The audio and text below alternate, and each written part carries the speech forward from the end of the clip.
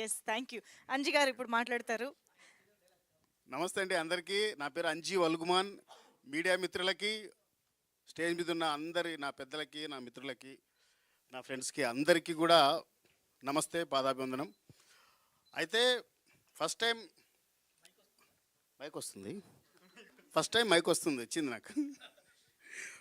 ఆ, ఒక హిట్ సినిమాలో చేస్తున్నాను ఫస్ట్ నుంచే ఫీల్ అవుతున్నా.